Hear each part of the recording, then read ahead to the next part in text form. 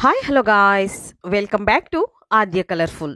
ನಾನು ಸುಮಾ. ಫ್ರೆಂಡ್ಸ್, ಇವತ್ತಿನ ವಿಡಿಯೋದಲ್ಲಿ ಒಂದು ರೆಸಿಪಿಯನ್ನು ಶೇರ್ ಮಾಡ್ತಾ ಇದ್ದೀನಿ. ಖಂಡಿತವಾಗ್ಲೂ ನೀವು ಯಾವತ್ತೂ ಕೂಡ ತಯಾರಿಸಿರಲ್ಲ, ಅಷ್ಟು ಟೇಸ್ಟಿಯಾಗಿ ಅಂತ ಇರುವಂಥ, ಈಸಿಯಾಗಿರುವಂತಹ ಒಂದು ವಿಳೆದೆಲೆಯಲ್ಲಿ ಮಾಡುವಂತಹ ಒಂದು ರೆಸಿಪಿ. ಪೂಜೆ ಹಬ್ಬಕ್ಕೆ ತಂದ ವಿಳೆದೆಲೆ ಉಳಿದಿದ್ರೆ ಈ ಒಂದು ರೆಸಿಪಿಯನ್ನು ಮಾಡಿ, ಇದಕ್ಕೆ ಈರುಳ್ಳಿ, ಬೆಳ್ಳುಳ್ಳಿ, ತರಕಾರಿ ಕೂಡ ಯಾವುದು ಬೇಕಾಗೋದಿಲ್ಲ. ಅಷ್ಟು ಟೇಸ್ಟಿಯಾಗಿ ನೀವು ರುಚಿಯಾಗಿರುವಂತಹ ಒಂದು ರೆಸಿಪಿಯನ್ನು ತಯಾರಿಸ್ಕೋಬೋದು. ಖಂಡಿತವಾಗ್ಲೂ ಈ ಒಂದು ರೆಸಿಪಿಯನ್ನು ತಯಾರಿಸೋದಕ್ಕೆ ಮೊದಲನೇದಾಗಿ ಒಂದು ಮಿಕ್ಸಿಂಗ್ ಬೌಲ್ ತಗೊಳ್ತಾ ಇದ್ದೀನಿ. ಬೌಲಿಗೆ ಇವಾಗ ನಾವು ಕಡಲೆ ಹಿಟ್ಟನ್ನು ಹಾಕ್ಕೊಳ್ಳೋಣ. ನಾವು ಬೋಂಡಾ ಬಜ್ಜಿಗೆ ಉಪಯೋಗಿಸ್ತೀವಲ್ಲ, ಆ ಒಂದು ಕಡಲೆ ಹಿಟ್ಟನ್ನು ಹಾಕ್ಕೊಳ್ತಾ ಇದ್ದೀನಿ. ಫ್ರೆಂಡ್ಸ್, ನೀವು ಯಾರಾದರೂ ಫಸ್ಟ್ ಟೈಮ್ ನನ್ನ ಚಾನಲ್ಗೆ ವಿಸಿಟ್ ಮಾಡಿದರೆ ಪ್ಲೀಸ್ ನನ್ನ ಚಾನಲ್ನ ಸಬ್ಸ್ಕ್ರೈಬ್ ಮಾಡ್ಕೊಳ್ಳಿ, ಹಾಗೆ ಲೈಕ್ ಮಾಡಿ ಮತ್ತು ಹೆಚ್ಚೆಚ್ಚು ಶೇರ್ ಮಾಡಿ. ಫ್ರೆಂಡ್ಸ್, ತುಂಬಾ ಈಸಿಯಾಗಿ ಟೇಸ್ಟಿಯಾಗಿ ಆಗುವಂಥ ರುಚಿಯಾಗಿರುವಂತಹ ಒಂದು ವಿಳೆದೆಲೆಯಲ್ಲಿ ತಯಾರಿಸುವಂತಹ ಒಂದು ರೆಸಿಪಿ ಇದು. ಸೊ ಖಂಡಿತವಾಗ್ಲೂ ಒಮ್ಮೆ ತಯಾರಿಸಿ ಹೇಗೆ ಬಂತು ಅಂತ ತಪ್ಪದೆ ಕಾಮೆಂಟ್ ಸೆಕ್ಷನಲ್ಲಿ ತಿಳಿಸಿ ಫ್ರೆಂಡ್ಸ್. ಓಕೆ, ನೋಡಿ, ಇವಾಗ ನಾನು ಇಲ್ಲಿ ಕಡಲೆ ಹಿಟ್ಟನ್ನು ಹಾಕ್ಕೊಳ್ತಾ ಇದ್ದೀನಿ. 1 ಕಪ್ ಆಗುವಷ್ಟು ಕಡಲೆ ಹಿಟ್ಟು ಹಾಕ್ಕೊಂಡಿದ್ದೀನಿ. 2 ಸ್ಪೂನ್ ಆಗುವಷ್ಟು ಅಕ್ಕಿ ಹಿಟ್ಟನ್ನು ಹಾಕ್ಕೊಳ್ತಾ ಇದ್ದೀನಿ. ನಂತರ ರುಚಿಗೆ ತಕ್ಕಷ್ಟು ಉಪ್ಪನ್ನು ಹಾಕ್ಕೊಳ್ಳೋಣ. ಸ್ವಲ್ಪ ಉಪ್ಪನ್ನು ನೋಡಿಕೊಂಡು ಉಪಯೋಗಿಸಿ. ಈಗ ಸ್ವಲ್ಪ ಉಪ್ಪನ್ನು ಹಾಕ್ಕೊಂಡಿದ್ದೀನಿ. ಅಕ್ಕಿ ಹಿಟ್ಟು ನಾವು ಮನೆಯಲ್ಲಿ ರೊಟ್ಟಿಗೆ ಉಪಯೋಗಿಸ್ತೀವಲ್ಲ, ಅದೇ ಅಕ್ಕಿ ಹಿಟ್ಟನ್ನು ಹಾಕ್ಕೊಳ್ತಾ ಇದ್ದೀನಿ. ಹಾಗೆ ಸ್ವಲ್ಪ ಗರಂ ಮಸಾಲವನ್ನು ಹಾಕ್ಕೊಳ್ತಾ ಇದ್ದೀನಿ. 1 ಚಿಟಿಕೆಯಷ್ಟು ಗರಂ ಮಸಾಲವನ್ನು ಹಾಕ್ಕೊಳ್ಳೋಣ. ಉಪ್ಪು, ಗರಂ ಮಸಾಲ, ಹಾಗೆ ಅಕ್ಕಿ ಹಿಟ್ಟು, ನಂತರ ಕಡಲೆ ಹಿಟ್ಟು, ಮತ್ತು ಸ್ವಲ್ಪ ಅಜ್ವೈನ್ ತಗೊಳ್ತಾ ಇದ್ದೀನಿ. ಅದನ್ನು ಕೈಯಲ್ಲೇ ಈ ರೀತಿ ಕ್ರಷ್ ಮಾಡಿ ಹಾಕ್ಕೊಳ್ತಾ ಇದ್ದೀನಿ. ಬೇಕು ಅಂದರೆ ನೀವು ಜೀರಿಗೆ ಕೂಡ ಉಪಯೋಗಿಸ್ಬೋದು. ಸೋಂಪು, ನಿಮಗೆ ಅಜ್ವೈನ್ ಬೇಡ ಅಂದರೆ ಸೋಂಪು ಕೂಡ ಹಾಕ್ಕೋಬೋದು. ಸೋಂಪು ಇಲ್ಲ ಅನ್ನೋದಾದರೆ ನೀವು ಜೀರಿಗೆ ಕೂಡ ಹಾಕ್ಕೊಳ್ಬೋದು. ನಂತರ ಇದಕ್ಕೆ ಖಾರದ ಪುಡಿಯನ್ನು ಹಾಕ್ಕೊಳ್ಳೋಣ.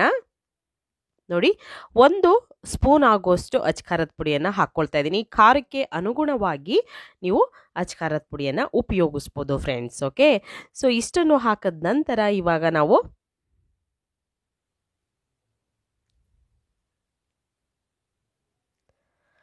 ತುಂಬಾ ಈಸಿಯಾಗಿ ಟೇಸ್ಟಿಯಾಗಿ ಆಗುವಂಥ ರುಚಿಯಾಗಿರುವಂತಹ ಒಂದು ರೆಸಿಪಿ. ಖಂಡಿತವಾಗ್ಲೂ ಒಮ್ಮೆ ನೀವು ತಯಾರಿಸಿದ್ರೆ ಮತ್ತೆ ಮಾಡಿ ತಿಂತೀರಾ, ಅಷ್ಟು ಚೆನ್ನಾಗಿರುತ್ತೆ. ಒಂದೇ ಒಂದು ಪಿಂಚಷ್ಟು ನಾನು ಅಡುಗೆ ಸೋಡವನ್ನು ಹಾಕ್ಕೊಳ್ತಾ ಇದ್ದೀನಿ. ಇಷ್ಟನ್ನು ಹಾಕಿದ ನಂತರ ಈಗ ಮಿಕ್ಸ್ ಮಾಡ್ಕೊಳ್ಳೋಣ ನೀಟಾಗಿ. ಈಗ ನಾನು ಇದನ್ನು ಮಿಕ್ಸ್ ಮಾಡ್ಕೊಳ್ತೀನಿ. ಸೊ ಇದಕ್ಕೆ ನೀರು ಅಥವಾ ಬೇರೆ ಏನು ಕೂಡ ಹಾಕ್ಕೊಂಡಿಲ್ಲ. ಇಷ್ಟನ್ನೇ ಒಂದ್ಸಲ ಹಾಗೆ ಡ್ರೈ ಮಿಕ್ಸ್ ಮಾಡ್ಕೋಬೇಕು ನಾವು. ಈ ರೀತಿಯಾಗಿ ಮಿಕ್ಸ್ ಆದ ನಂತರ ನಮಗೆ ಹಿಟ್ಟು, ನಾವೇನೇನೋ ಮಿಕ್ಸ್ ಮಾಡಿದ್ದೀವಲ್ಲ, ಆ ಮಿಶ್ರಣ ಎಲ್ಲ ನೀಟಾಗಿ ಮಿಕ್ಸ್ ಆಗಬೇಕು. ಆವಾಗ ನಮಗೆ ಒಳ್ಳೆ ಟೇಸ್ಟ್ ಬರುತ್ತೆ. ಸೊ ಈಗ ಈ ರೀತಿಯಾಗಿ ಮಿಕ್ಸ್ ಮಾಡ್ಕೊಂಡಿದ್ದೀನಿ. ಕೈಯಲ್ಲಿ ಒಂದ್ಸಲ ಚೆನ್ನಾಗಿ ಮಿಕ್ಸ್ ಮಾಡ್ಕೊಳ್ಳೋಣ. ಮಿಕ್ಸ್ ಮಾಡಿದ ನಂತರ ಸ್ವಲ್ಪ ನೀರನ್ನು ಹಾಕ್ಕೊಂಡು ನಾವು ಹಿಟ್ಟನ್ನು ಕಲಿಸ್ಕೊಳ್ಳೋಣ. ಜಾಸ್ತಿ ನಮಗೆ ತೆಳ್ಳಗೂ ಬೇಡ, ಹಾಗೆ ಜಾಸ್ತಿ ಗಟ್ಟಿ ಕೂಡ ಬೇಡ. ಇದು ಮೀಡಿಯಮ್ ಆಗಿ ಬೇಕು ನಮಗೆ ಹಿಟ್ಟು. ಈ ರೀತಿಯಾಗಿ ಮಿಕ್ಸ್ ಮಾಡ್ಕೊಳ್ಳೋಣ. ತುಂಬಾ ಫೇಮಸ್ ಆಗಿರುವಂತಹ ಒಂದು ರೆಸಿಪಿ ಇದು. ಸೊ ಖಂಡಿತವಾಗ್ಲೂ ನೀವು ಯಾವತ್ತೂ ಕೂಡ ತಯಾರಿಸಿರಲ್ಲ ಮನೆಯಲ್ಲಿ, ಒಂದ್ಸಲ ಖಂಡಿತ ತಯಾರಿಸಿ. ನೀವು ಬೇರೆ ಒಂದು ಸ್ನ್ಯಾಕ್ಸ್ಗಳನ್ನು ಮರ್ತೇ ಹೋಗ್ತೀರಾ. ಈ ಒಂದು ಯಾವಾಗಲೂ ಕೂಡ ವಿಳೆದೆಲೆನೇ ಜಾಸ್ತಿನೇ ತಂದು ಮಾಡ್ಕೊಳ್ತೀರಾ, ಅಷ್ಟು ಚೆನ್ನಾಗಿರುತ್ತೆ ಈ ಒಂದು ರೆಸಿಪಿ. ಈಗ ನೋಡಿ, ನಾನು ಮಿಕ್ಸ್ ಮಾಡ್ಕೊಂಡಿದ್ದೀನಿ ಹಿಟ್ಟನ್ನು. ಈ ರೀತಿಯಾಗಿ ರೆಡಿ ಮಾಡ್ಕೋಬೇಕು. ಇನ್ನು ಸ್ವಲ್ಪ ಬೇಕು ಅಂದರೆ ನೀರನ್ನು ಹಾಕ್ಕೊಳ್ಳಿ. ಜಾಸ್ತಿ ಗಟ್ಟಿ ಬೇಡ, ಸ್ವಲ್ಪ ತೆಳ್ಳಗೆ ಇರಲಿ, ಮೀಡಿಯಮ್ ಆಗಿರಲಿ, ಜಾಸ್ತಿ ತೆಳ್ಳಗೂ ಕೂಡ ಬೇಕಾಗೋದಿಲ್ಲ. ನೋಡಿ, ಇನ್ನು ಸ್ವಲ್ಪ ನೀರು ಹಾಕ್ಕೊಂಡು ಹಿಟ್ಟನ್ನು ಕಲಿಸ್ಕೊಂಡಿದ್ದೀನಿ. ನಾವು ಬಜ್ಜಿ ಮಾಡಬೇಕಾದ್ರೆ ಅದಕ್ಕೆ ಹಿಟ್ಟನ್ನು ಕಲಿಸ್ಕೊಳ್ತೀವಲ್ಲ, ಆ ರೀತಿಯಾಗಿ ನಾವು ಹಿಟ್ಟನ್ನು ಕಲಿಸ್ಕೊಳ್ಬೇಕಾಗತ್ತೆ. ನೋಡ್ತಾ ಇದ್ದೀರಲ್ಲ, ಈ ರೀತಿಯಾಗಿ ಹಿಟ್ಟು ಇವಾಗ ರೆಡಿಯಾಗಿದೆ.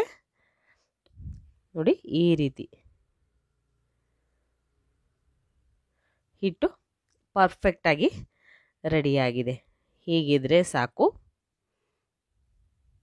ಓಕೆ, ಸೊ ಇದನ್ನು ಒಂದು ಸೈಡ್ ತೆಗೆದಿಟ್ಕೊಳ್ಳೋಣ.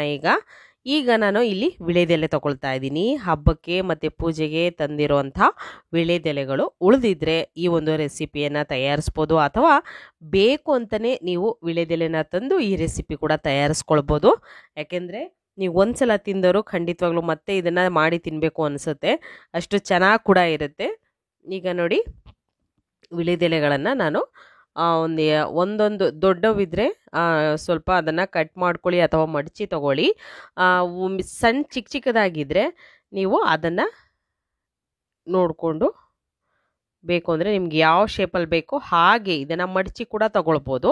ಅಥವಾ ಹೀಗೆ ನಾವು ತಗೊಳ್ತೀವಿ ಅಂದರೆ ಹೀಗೆ ಕೂಡ ನೀವು ರೌಂಡ್ ರೌಂಡ್ ಹೇಗೆ ವಿಳೆದೆಲೆ ಇದೆಯೋ ಹಾಗೆ ಕೂಡ ತಗೊಳ್ಬೋದು. ಎಣ್ಣೆ ಇವಾಗ ಕಾಯೋದಕ್ಕೆ ಆಲ್ರೆಡಿ ಇಟ್ಟಿದ್ದೀನಿ. ಸೊ ಎಣ್ಣೆ ಮೀಡಿಯಮ್ ಆಗಿ ಕಾದಿದೆ. ಇವಾಗ ನಾವು ವಿಳೆದೆಲೆ ತಗೊಳ್ಳೋಣ. 2 ವಿಳೆದೆಲೆ ತಗೊಳ್ತಾ ಇದ್ದೀನಿ. 2 ವಿಳೆದೆಲೆ ತಗೊಂಡು ಇವಾಗ ಈ ಒಂದು ಹಿಟ್ಟಲ್ಲಿ ಡಿಪ್ ಮಾಡಿ ಎದ್ದಿ ನಾವು ಎಣ್ಣೆಯಲ್ಲಿ ಹಾಕ್ಕೊಳ್ಳೋಣ. ನೋಡಿ ಇವಾಗ ಈ ರೀತಿಯಾಗಿ ನಮಗೆ ಚೆನ್ನಾಗಿ ಅದು ಎಲ್ಲ ಕಡೆನೂ ಕೂಡ ನೀಟಾಗಿ ಡಿಪ್ ಮಾಡಬೇಕು. ಹಿಟ್ಟೊಳಗೆ ನಾವು ಬಜ್ಜಿ ಮಾಡಬೇಕಾದ್ರೆ ಹೇಗೆ ನಾವು ಮೆಣಸಿನ್ಕಾಯಿನ ಎಣ್ಣೆಯಲ್ಲಿ ಹಿಟ್ಟಲ್ಲಿ ಎದ್ದಿ ಎಣ್ಣೆಗೆ ಹಾಕ್ತೀವೋ ಆ ರೀತಿಯಾಗಿ ನಾವು ವಿಳೆದೆಲೆನ ಎಣ್ಣೆಯಲ್ಲಿ ನಾವು ಬಿಡಬೇಕಾಗತ್ತೆ ಹಿಟ್ಟಲ್ಲಿ ಎದ್ದಿ. ಸೊ ಈ ರೀತಿಯಾಗಿ ನಾನು ಎಲ್ಲದನ್ನು ಕೂಡ ಹಾಕ್ಕೊಳ್ತೀನಿ. ಒಂದು 3 ರಿಂದ 4 ಒಂದ್ಸಲ ಹಾಕ್ಕೊಳ್ಬೋದು. ಒಂದೇ ಸಲ ಎಲ್ಲದನ್ನು ಕೂಡ ಹಾಕ್ಕೊಳಕ್ಕಾಗಲ್ಲ. ಈಗ ಈ ರೀತಿಯಾಗಿ ನಾವು ಫ್ರೈ ಮಾಡ್ಕೊಳ್ಳೋಣ. ಸೊ ಸ್ಟವ್ನ ಲೋ ಫ್ಲೇಮಲ್ಲಿ ಇಟ್ಕೊಂಡು ಫ್ರೈ ಮಾಡ್ಕೊಳ್ತಾ ಇದ್ದೀನಿ. ಸೊ ಈ ವಿಳೆದೆಲೆ ಉದ್ದವಾಗಿ ದೊಡ್ಡದಾಗಿದ್ದರೆ ಮಡಚಿ ಅದನ್ನು ನೀವು ಹಾಗೆ ಮಾಡ್ಕೋಬೋದು. ಇವಾಗ 2 ಸೈಡ್ ಕೂಡ ಸ್ವಲ್ಪ ಕಲರ್ ಚೇಂಜ್ ಆಗಲಿ ಅಲ್ಲಿವರೆಗೂ ನಾವು ಇದನ್ನು ಫ್ರೈ ಮಾಡ್ಕೊಳ್ಳೋಣ. ತುಂಬಾ ಈಸಿಯಾಗಿ ಮಾಡುವಂಥ ಒಂದು ರುಚಿಯಾಗಿರುವಂತಹ ಒಂದು ಈವ್ನಿಂಗ್ ಸ್ನ್ಯಾಕ್ಸ್ ರೆಸಿಪಿ. ಸೊ ಯಾವಾಗಲೂ ಕೂಡ ಮನೆಯಲ್ಲಿ ಮೆಣಸಿನ್ಕಾಯಿ ಬಜ್ಜಿ ಅಥವಾ ಆಲೂಗೆಡ್ಡೆ ಬಜ್ಜಿ ಅಥವಾ ಹೀರೆಕಾಯಿ ಬಜ್ಜಿ ಈ ಥರದ ಬಜ್ಜಿಗಳನ್ನು ಖಂಡಿತವಾಗ್ಲೂ ನೀವು ಮಾಡಿ ತಿಂದಿರ್ತೀರ. ಆದರೆ ಬೋಂಡ ಪಕೋಡ ಇವು ಕೂಡ ಮನೆಯಲ್ಲಿ ಮಾಡಿರ್ತೀರ. ವಿಳೆದೆಲೆಯಿಂದ ಮಾಡಿರುವಂತಹ ಒಂದು ಬಜ್ಜಿಯನ್ನು ಖಂಡಿತವಾಗ್ಲೂ ನೀವು ಮಾಡಿರಲ್ಲ. ಅಥವಾ ಮಾಡಿದರೂ ಕೂಡ ಈ ವಿಧಾನದಲ್ಲಿ ಒಂದ್ಸಲ ತಯಾರಿಸಿ ನಿಮಗೆ ಖಂಡಿತವಾಗ್ಲೂ ಇಷ್ಟ ಆಗುತ್ತೆ. ಟೇಸ್ಟ್ ಕೂಡ ತುಂಬ ಚೆನ್ನಾಗಿ ಬರುತ್ತೆ. ಮತ್ತು ಎಲ್ಲರಿಗೂ ಕೂಡ ತುಂಬ ಇಷ್ಟ ಆಗುವಂತಹ ಒಂದು ಗರಿಗರಿಯಾಗಿರುವಂಥ ರುಚಿಯಾಗಿರುವಂಥ ವಿಳೆದೆಲೆಯ ಒಂದು ಸ್ನ್ಯಾಕ್ಸ್ ಅಥವಾ ಬಜ್ಜಿ ರೆಡಿಯಾಗಿದೆ. ಸೊ ಇವಾಗ ಕಲರ್ ಕೂಡ ಎಷ್ಟು ಚೆನ್ನಾಗಿ ಬಂದಿದೆ ನೋಡ್ಬೋದು ನೀವು. ಈಗ ಒಂದು ಟಿಶ್ಯೂ ಮೇಲೆ ನಿಧಾನವಾಗಿ ಇದನ್ನು ತೆಗೆದಿಟ್ಕೊಳ್ಳೋಣ. ಆಗಿರುವಂಥದ್ದನ್ನು 1 by 1 ನಾನು ತೆಗೆದಿಟ್ಕೊಳ್ತೀನಿ. ಮತ್ತು ಇನ್ನೊಂದು ಬ್ಯಾಚಸ್ಸು ಎಲ್ಲದನ್ನು ಕೂಡ ನಾನು ಈಗ ವಿಳೆದೆಲೆಯ ಒಂದು ಬಜ್ಜಿಯನ್ನು ಮಾಡ್ಕೊಳ್ಳೋದಕ್ಕೆ ಹಾಕ್ಕೊಳ್ತೀನಿ. ಸೊ ಇದು ತುಂಬಾ ಫೇಮಸ್ ಆಗಿರುವಂತಹ ವಿಳೆದೆಲೆ ಬಜ್ಜಿ ರೆಸಿಪಿ. ಸೊ ಖಂಡಿತವಾಗ್ಲೂ ನೀವು ಕೂಡ ತಯಾರಿಸ್ತೀರಾ ಅಂತ ಭಾವಿಸ್ತೀನಿ. ಈಗ ಆಗಿರೋವಂಥದ್ದನ್ನು ಒಂದು ತಟ್ಟೆಗೆ ಸರ್ವ್ ಮಾಡ್ಕೊಳ್ತಾ ಇದ್ದೀನಿ. ನೋಡ್ಬೋದು ನೀವು ತುಂಬಾ ಈಸಿಯಾಗಿ ಮಾಡುವಂತಹ ಒಂದು ರುಚಿಯಾಗಿರುವಂತಹ ವಿಳೆದೆಲೆಯ ಬಜ್ಜಿ ರೆಸಿಪಿ ರೆಡಿಯಾಗಿದೆ. ನೀವು ಕೂಡ ಮನೇಲಿ ಟ್ರೈ ಮಾಡಿ ಹೇಗೆ ಬಂತು ಅನ್ನೋದನ್ನು ತಪ್ಪದೇ ಕಾಮೆಂಟ್ ಸೆಕ್ಷನಲ್ಲಿ ತಿಳಿಸಿ ಫ್ರೆಂಡ್ಸ್. ಖಂಡಿತವಾಗ್ಲೂ ಇವತ್ತಿನ ವಿಡಿಯೋ ಸ್ವಲ್ಪನಾದರೂ ಇಷ್ಟ ಆಗಿದ್ರೆ ಚಾನಲನ್ನು ಸಬ್ಸ್ಕ್ರೈಬ್ ಮಾಡ್ಕೊಳ್ಳೋದಂತೂ ಖಂಡಿತವಾಗ್ಲೂ ಮರಿಬೇಡಿ. ಹಾಗೆ ನನ್ನ ಎಲ್ಲ ಚಾನಲ್ಗಳ ಲಿಂಕು ಈ ವಿಡಿಯೋದ ಡಿಸ್ಕ್ರಿಪ್ಷನಲ್ಲಿ ಸಿಗುತ್ತೆ. ಅಲ್ಲಿ ನೀವು ಖಂಡಿತವಾಗ್ಲೂ ಚೆಕ್ ಮಾಡಿ. ನಿಮಗೆ ಇಷ್ಟ ಆದರೆ ಲೈಕ್ ಮಾಡಿ, ಹಾಗೆ ಹೆಚ್ಚೆಚ್ಚು ಶೇರ್ ಮಾಡಿ. ಇವತ್ತಿನ ವಿಡಿಯೋನ ಇಲ್ಲಿಗೆ ಮುಗಿಸ್ತಾ ಇದ್ದೀನಿ. ಮತ್ತೆ ಇನ್ನೊಂದು ಹೊಸ ವಿಡಿಯೋ ಜೊತೆ ಬರ್ತೀನಿ. ಅಲ್ಲಿವರೆಗೂ take care, bye, see you.